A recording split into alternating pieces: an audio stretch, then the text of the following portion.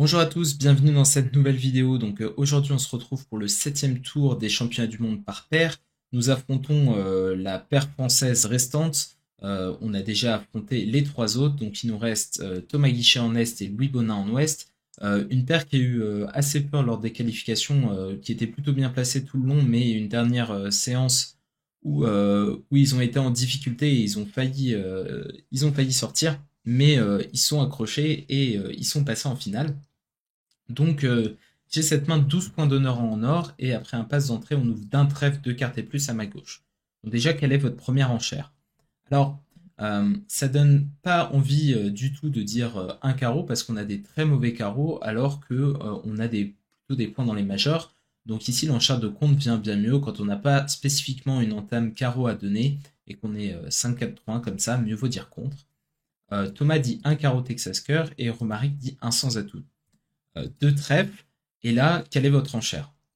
Bon, alors on pourrait dire, j'ai déjà fait un contre d'appel et j'ai pas de raison de refaire une enchère avec 12 points, mais en fait on en a une. Le partenaire il a une dizaine de points, entre 8 et 11, et il faut absolument se battre ici parce que le partenaire est marqué avec au moins deux carreaux, souvent trois et parfois quatre, bah, on peut pas laisser jouer deux trèfles en toute impunité quand on a très bonne chance d'avoir un fil de carreau.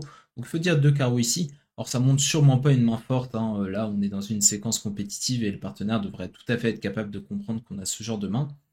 Donc sur deux carreaux, notre adversaire de droite Thomas dit contre, passe, deux piques, je dis passe. Bon, on a déjà fait notre travail évidemment.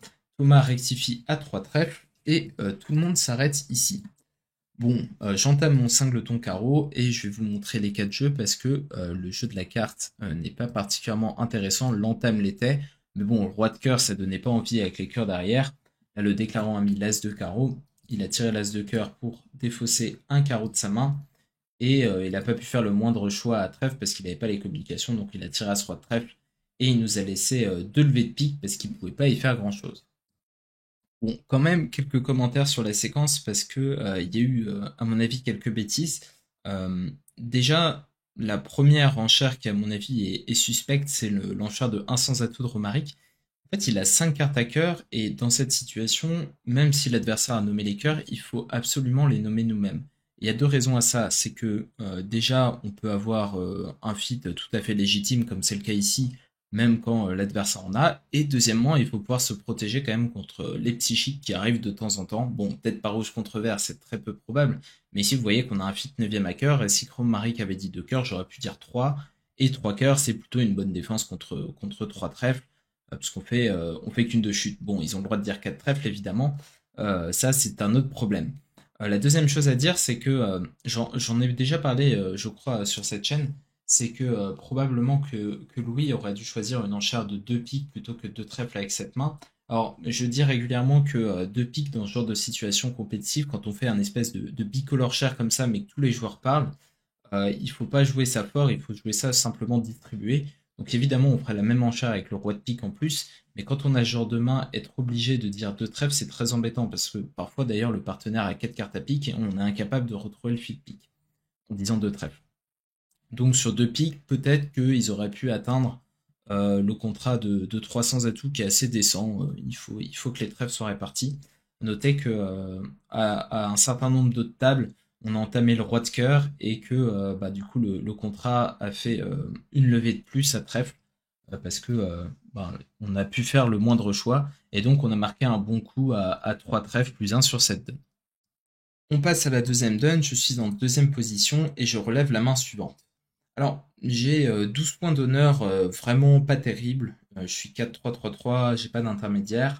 Et je suis rouge contre rouge en deuxième position. Et vous commencez à me connaître quand je suis rouge contre rouge comme ça en deuxième et que j'ai 12 points pas terribles. J'aime bien passer d'entrée. Alors, certes, je suis 4-3-3-3, j'ai pas d'intermédiaire, mais quand même, il y a des indices qui donnent envie d'ouvrir la main. C'est le fait que j'ai des honneurs plutôt groupés. Quand même, j'ai As-Roi à cœur et Dame-Valet de quatrième à carreau. Ce qui fait que ma main est franchement pas si catastrophique.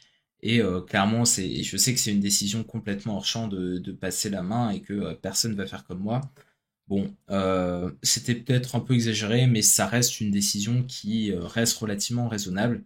J'ai passé d'entrée, Romaric ouvert 200 atouts, j'ai fait un moupette à 3 trèfles, il m'a dit 3 carreaux qui montrent une majeure quatrième sans majeure cinquième, au moins une majeure quatrième.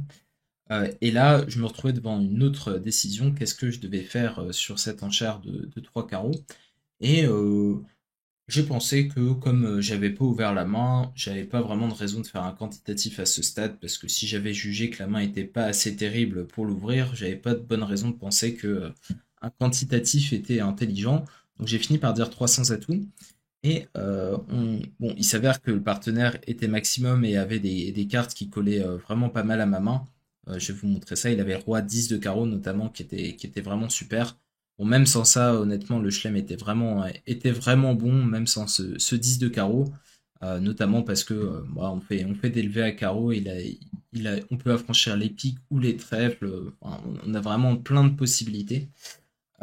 Et en fait, l'erreur claire de raisonnement que j'ai fait ici, c'est que bah, déjà, je peux gagner des points. Si je dis 400 atouts et que mon partenaire passe, déjà, je vais être quand même.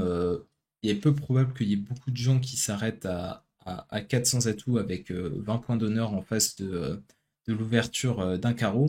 Donc déjà, j'aurais pu gagner sur ces gens-là si le chelem chutait.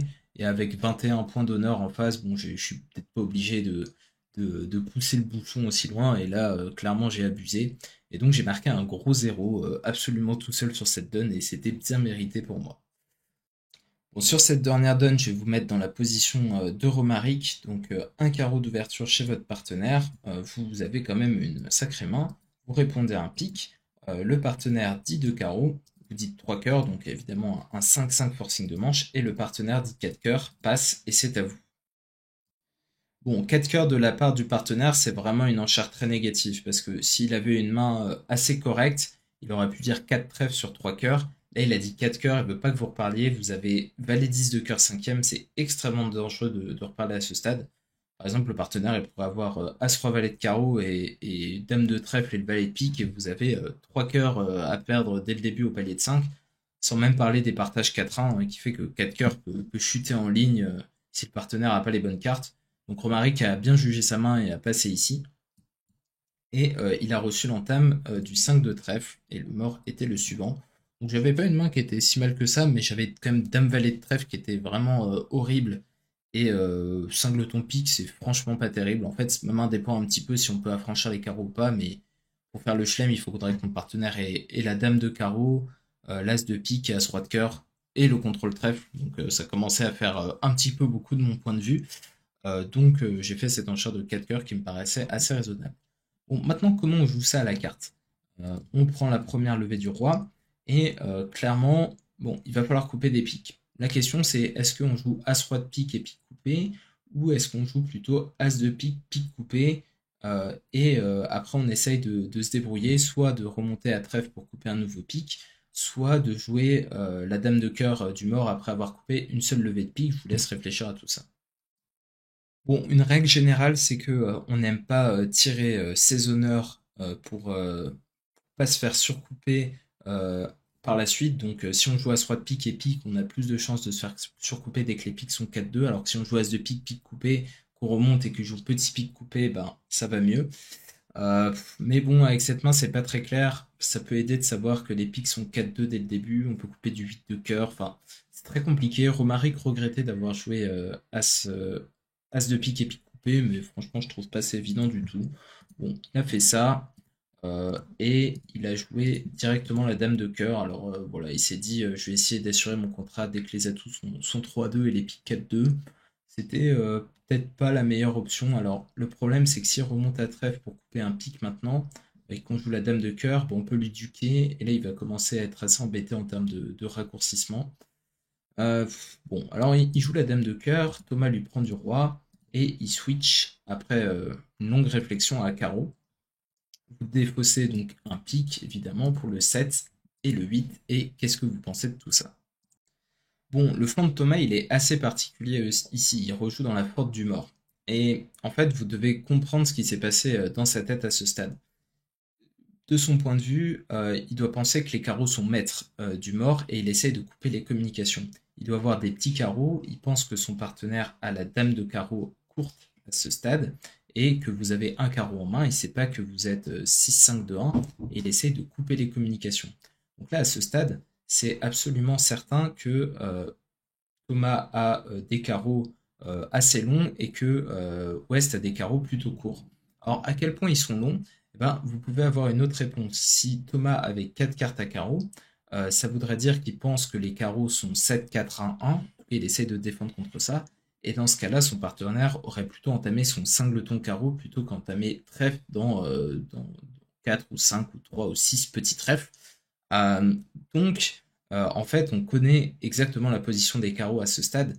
Les carreaux sont 3-3 avec la dame de carreau troisième en ouest, c'est quasiment certain. Et donc Romaric ici aurait dû rejouer As-Roi de carreau pour défausser les deux piques de sa main avant de jouer cœur. Malheureusement, il n'a pas fait ça. Il a joué cœur ici. Et là, ça s'est très mal passé pour lui parce que les carreaux sont mal répartis. Pardon, les cœurs sont mal répartis et les piques sont mal répartis. Donc il a encore perdu deux levées de cœur et l'as de pique. Donc je vous montre tout ça. Ça, c'était les 4 jeux. Donc As 9 de cœur et la dame de pique, on peut absolument pas s'en débarrasser. Donc malheureusement, il a chuté ce contrat de 1, ce qui a fait qu'il a marqué une très mauvaise note, alors que 4 cœurs égal rapportait 75%. Donc pas mal de manques à gagner sur la donne. Bon, c'était un peu compliqué, mais je trouvais que l'analyse de la position des carreaux était quand même particulièrement intéressante ici. Et ça aurait été joli de trouver ça à la table. Évidemment, c'est plus facile avec le recul de comprendre ce qui se passe exactement à carreau sur la donne. Alors, bilan de la séance, à ce stade, on est sixième, on est troisième sur la séance, mais avec le carry-over, bon, on descend un petit peu parce que, évidemment, on n'avait pas un bon classement initial suite au carry-over. Le début était vraiment excellent et à la fin, ça s'est un petit peu effondré. J'ai fait une très grosse faute et j'ai eu un tort partagé sur cette histoire de 1 sans atout contre Pierre et Esteban. Et Romaric, lui, a plus dispersé des petites imprécisions un peu partout, qui fait qu'au final, eh ben, ça coûte plutôt cher. On aurait pu faire une énorme séance ici, on aurait pu faire plus de 65%, c'est sûr. Et c'était pas du bridge de grande qualité, aussi bien de notre part que de nos adversaires. On se retrouve bientôt pour la suite de cette compétition. Je vais faire une petite pause. Là, j'ai sorti 7 jours cette vidéo, c'était pas mal. Mais ça va aller. On va faire une petite pause avant de reprendre tranquillement pour la suite. Merci de regarder jusque maintenant. Si vous avez raté des épisodes, n'hésitez pas à aller vous balader sur ma chaîne YouTube pour les regarder. À liker les vidéos si vous les appréciez et à me laisser un petit commentaire également. Et puis à bientôt pour la prochaine. Salut tout le monde.